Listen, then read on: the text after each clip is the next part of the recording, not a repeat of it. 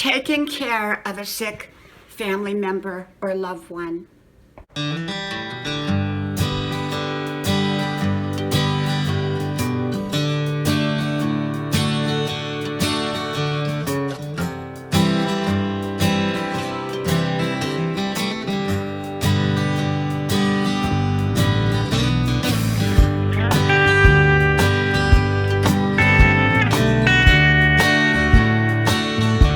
When you are dealing with a sick loved one. Hello, y'all. I'm Diana Brienne. I got to thinking today about when a family member takes sick or someone that we care about takes sick, and how the dynamics of the family, how the dynamics of all the relationships, how the dynamics of a person's life changes. And sickness can bring about major change in anyone's life, whether it's the person's sickness themselves or from someone that they love. I took care of my elderly mother when she took sick. She was living in California. That's not where she was originally from, but she had been living out there a long time, and she loved it, and she loved her little home. And we were living in Texas at the time. I was homeschooling my 3 small children. And I noticed on the telephone calls, my mother couldn't talk to me very long because she would drop the phone. And I had heard through one of her friends that she was falling off the chair. She was falling a lot. And so I told my husband that we needed to go out and get her, even though we were in the process of moving back to Georgia within the next few weeks. My husband drove out there and he brought her back. And sadly, she was in diapers all the way back. And she still had her mind and everything like that, but she was extremely frail and sick. She had Parkinson's and the beginning stages of ALS. And so she was really in tough physical shape. And I had 3 small children. We were preparing for this move. We had not been to that particular town. It was near Atlanta, as I call Atlanta, and in Georgia. And so my mother was not familiar with that area either. So this all was very traumatic for her, very traumatic for me, because now I was not just a caregiver to 3 small children homeschooling, getting ready for a major move, but now I was taking care of a very, very sick mother. And during a move across country. And so I know what it's like to take care of an elderly parent. And I've done other videos on this, so I'm not going to go into all the details, but I took care of my mom for about 3 years until she passed. And her body kind of wasted away from that horrible disease of ALS. And so it was very emotionally grueling during those years, and it was very physically grueling on me, because not only was I taking care of her, I was taking care of my 3 children, homeschooling, I was married, moved to a new area, and I was exhausted. I have to tell you, I never looked so tired and so bad in my entire life.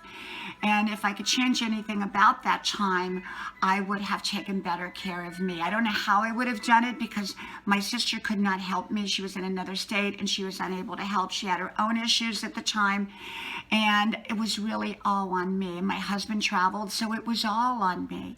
And so I really don't know how I would have really dealt with the issue any differently than I did. I just had to get through it to the very, very best of my ability.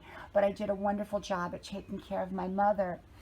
And so when you're taking care of someone sick, it changes your life. It changes the dynamics. It changes if you're married. It can, affect your marriage. Fortunately, my husband and I have a very solid marriage, and he was very supportive of me. And we had been supportive of everyone who got sick along the way in our family. So he understood. And I was very grateful for a husband who did stand by me during a time like that. But it did put a lot of stress. Even on my marriage, it put a stress on me. It put a stress. And I still remained a wonderful mother. I remained a wonderful daughter. I took care of my mom at one couple different points she had to go to the nursing home because she had tubes in her and everything like that. So there I was with my 3 small children driving an hour to and from on back roads to get to my mom's nursing home every day. And then I would go back by myself at night. You know, my husband would watch the children, and I would go back. And I remember being so tired that I almost ran off the road one night. And then I said, you know what, I can't do this anymore. And it was a country road, dark, and I was coming home by myself that night. And I just said, I can only go up once a day, and that was in the morning. And so I started going up once a day. She came back to live for a while, and then the ALS hit her really bad, and then she had to go back to the hospital and then back to a nursing home. And so it was very, very grueling 3 years. It's one, I'm glad that I took care of my mother. I never regret that. It was the best thing I ever did, but it was very, very hard. And it affects the whole dynamics of who you are, and it affects the dynamics of your family and the things you're able to do and what you're able to do and where you're able to go. And I mean, I couldn't even, when she was living with me, I couldn't even go to the store without having someone else there to watch over her. I was always worried that she was going to fall down, so I had baby monitors in my house. And at one point we had I was sleeping, my bedroom was on the 3rd level. We had a mother-in-law suite on the bottom level, and I had these baby monitors, and I would run up and down these 3 flights of steps, and I was so very, very tired. And then, you know, when I took sick, and that's a whole nother video, that was a suddenly, I'm fine now, you know, 10 years later, but I had taken sick. And I have to tell you, I was a strong one in my family. I didn't let my children know I was sick because they were small at the time, and I was trying to live life normally while not being well. And that lasted about a year in my life. And it was very, very, very traumatic for me because I'd never been sick. And it was a suddenly, and if y'all don't know that story, that was where I had plowed into a wooden hanger in a dark room that was wedged. It hit my eye. My eye is fine, but somehow they tell me that I had a brain bleed, which was bleeding of the brain. And we didn't discover that until after I had a zillion different symptoms, you know, numbness, tingling, falling down, bumping into walls, just a whole massive amount of symptoms I had at that time. I'm lucky to be alive after something like that, they said. So, you know, but that was, you know, that changed the whole dynamics of everything. You know, I was in a weakened position, and I, you know, could barely make it some days. I remember walking my kids to the bus stop. At that point, I put them back in public school, and it was like 6:30 in the morning because the bus came really early, and it was dark, and I had to walk them to the bus, and I would pray all the way back that I could make it back home after they got on the bus, that, you know, that I was going to be okay, that I could make it back to my doorstep. And when I got home, I said, thank you, God for getting me home. And so I know what sickness is like to have it. I know what sickness is like to take care of other people. I remember when a friend of mine, I went to their house, and before her husband passed, he had been bedridden for quite some time. And I went to her house, and it was towards the end stages, and I didn't know that he was getting ready to pass, but I went there, and you could feel this ambiance in the house of death or of sickness, and you could feel everything was just stopped in their life. It was quiet. There was something still about the house. It had a different feeling than it normally had. So when people get sick, everything around life changes. But, you know, the thing is, you get through it. You stand by the people you love. When my daughter took sick, oh my gosh, you all know that story, called portal vein hypertension. And portal vein thrombosis, or, you know, it's a YouTube video that I have done. And so that, when she took sick, that was a suddenly. And my phone is ringing. I should take it off the hook when I'm doing these videos. And so when she got sick, I ended up there was a suddenly, and the doctors kept telling us she had the flu, and I said, no, she doesn't have the flu. I don't know what it is, but there's something wrong here. And long story short, she had to have emergency surgery 2 hours away at a university hospital.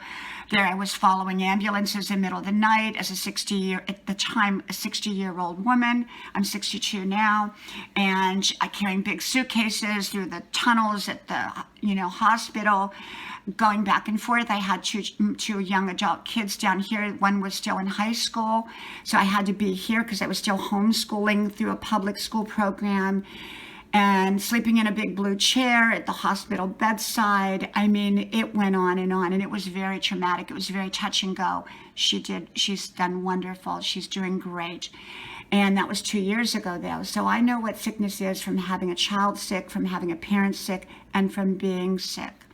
And, I know when my sister had her automobile accident, and it was very, very traumatic.